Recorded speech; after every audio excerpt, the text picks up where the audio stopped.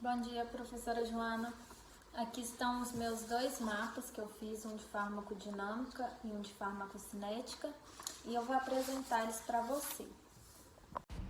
Bom, vou começar pelo de farmacodinâmica.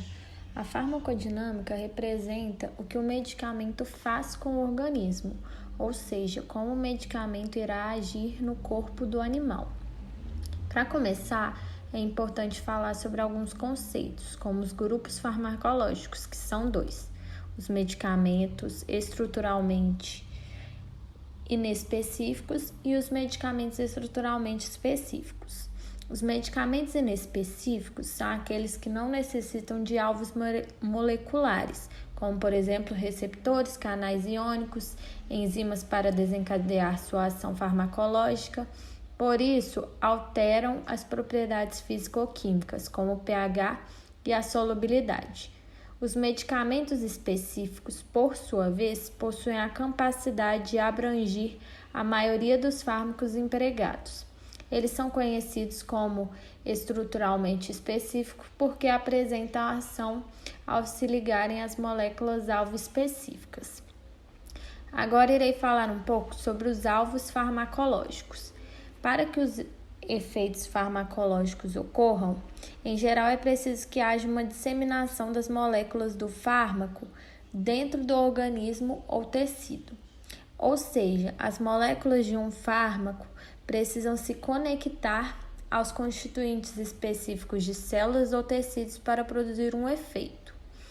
Os principais alvos farmacológicos são as moléculas transportadoras, os canais iônicos, receptores celulares, ácidos nucleicos e as enzimas.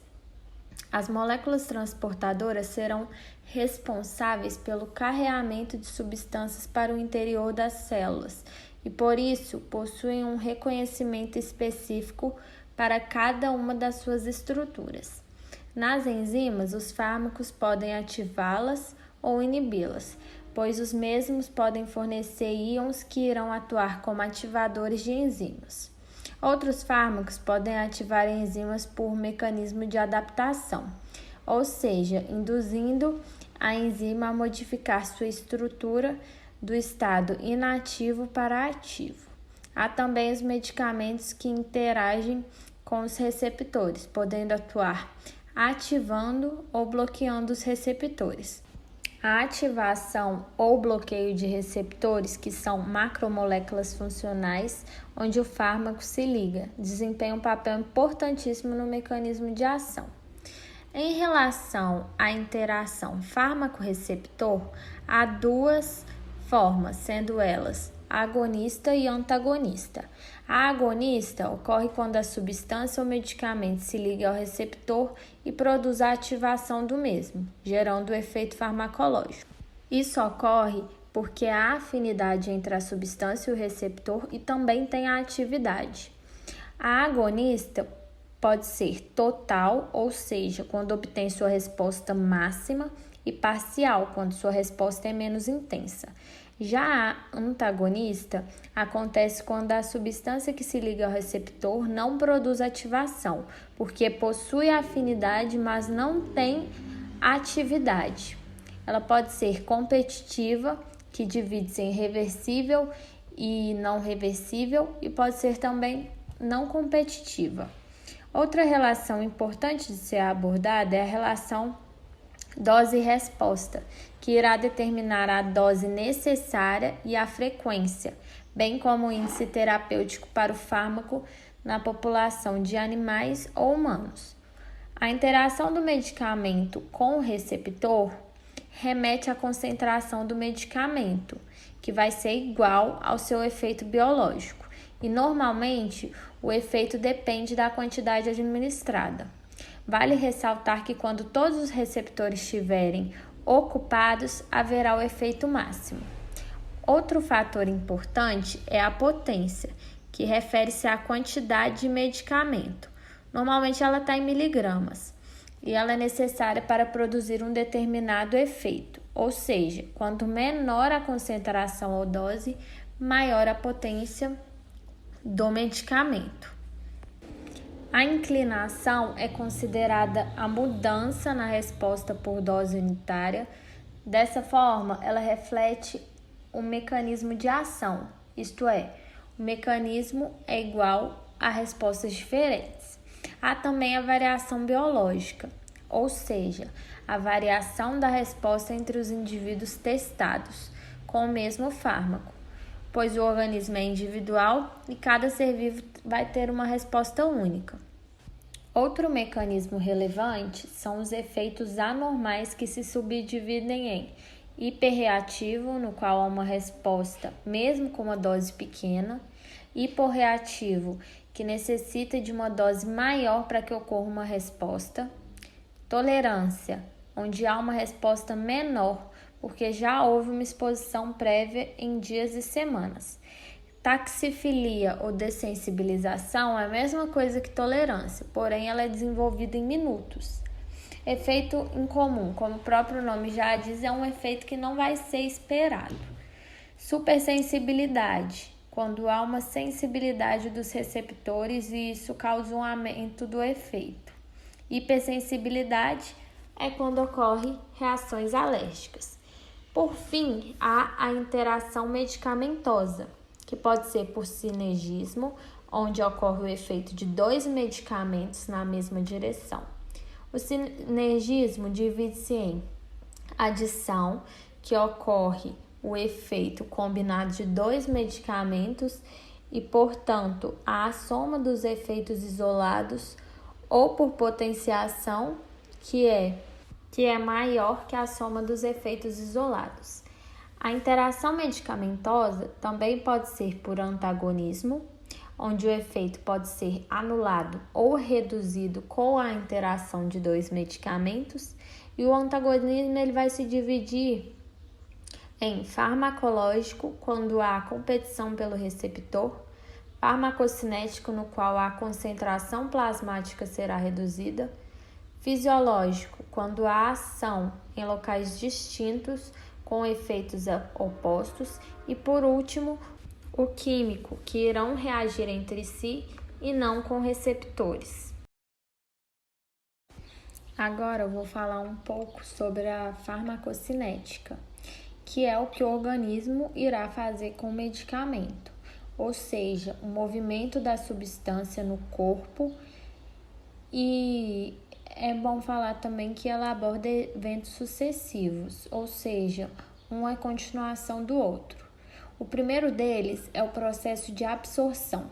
A absorção é o processo que se inicia com a aplicação ou tomada de medicamento, até que ela entre na corrente sanguínea. A avaliação da forma de absorção é fundamental para que os efeitos da medicação sejam excelentes. A absorção pode acontecer por diversas vias, de acordo com a indicação para cada caso. Pode ser oral, retal, intramuscular, respiratória, cutânea, subcutânea, intraperitoneal. Também somente a via intravenosa que não tem. Alguns fatores que podem alterar a absorção são a constituição da membrana, o transporte da membrana, porque o fármaco ele deve ultrapassar várias membranas semipermeáveis antes de alcançar a circulação sistêmica. As membranas celulares são consideradas barreiras biológicas que vão inibir de modo seletivo a passagem de moléculas dos fármacos. Pode ser por filtração, difusão simples, difusão facilitada, transporte ativo, pinocitose, fagocitose. Outro fator é o pH e a pK do meio, pois no interior de cada compartimento, a relação entre as substâncias ionizadas e não ionizadas será controlada pelo pK da substância e pelo pH do compartimento. É o pH que influencia diretamente na absorção do fármaco em um dado compartimento, e o pK, que é a constante de ionização de substâncias ácidas e básicas vai determinar a capacidade do ácido ou da base de doar ou receber prótons. Em seguida, há o segundo evento, denominado biodisponibilidade, que é classificada como a quantidade de medicamento que irá atingir o local de ação, ou seja, é a proporção da medicação que chega à circulação sanguínea. O valor é próximo de 100% quando a medicação é aplicada por via intravenosa. Outras vias de aplicação costumam ter uma biodisponibilidade um pouco mais baixa.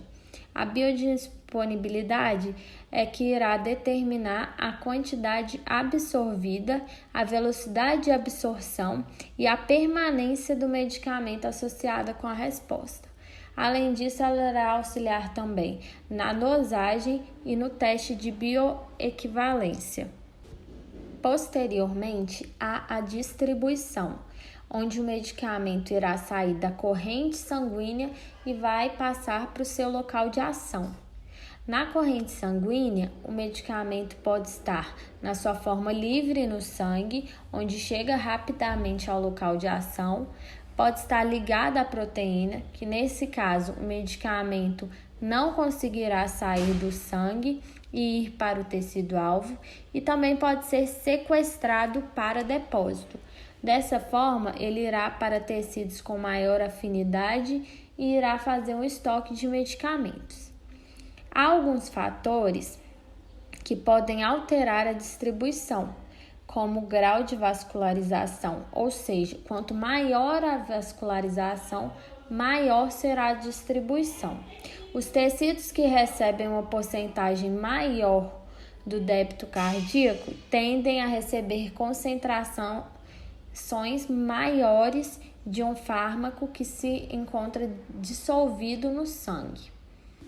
Outros fatores são a capacidade de atravessar as barreiras teciduais, ligação no interior dos compartimentos, influência do pH do meio ou partição do pH e na lipossolubilidade é interessante certo grau dessa lipossolubilidade para que a substância seja bem absorvida e bem distribuída. Porém, a lipossolubilidade, quando excessiva, também pode prejudicar a distribuição, fazendo com que o medicamento se restrinja a determinados locais, como o tecido adiposo. Outro conceito importante na distribuição é a meia-vida, que é considerado o tempo necessário para a redução de 50% da concentração plasmática desse medicamento.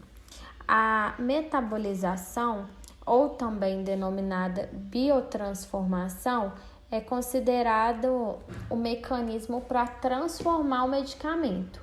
O fígado, que é o principal órgão responsável pela metabolização, é capaz de transformar o fármaco em metabólicos ativos, inativos, menos solúveis ou facilitar a sua eliminação. As reações de biotransformação podem ser classificadas em duas fases, a fase 1 e a fase 2. As reações de fase 1, ou oxidação-redução, ativam os profármacos e são medicamentos administrados de forma inativa, ativados no fígado. Já as reações de fase 2, ou conjugação-hidrólise, têm como objetivo inativar um metabólico ou aumentar a solubilidade, de forma a aumentar a excreção na urina ou na bile. Por fim, vai ter a excreção, que é a eliminação do medicamento pela passagem da corrente sanguínea para o meio externo. A excreção dos fármacos do organismo geralmente vão ser pela via renal ou biliar. Pode ser secretado de forma inalterada, ativa ou menos ativa. Além disso, o pulmão, a saliva ou suor também são outras formas de excretar esses medicamentos.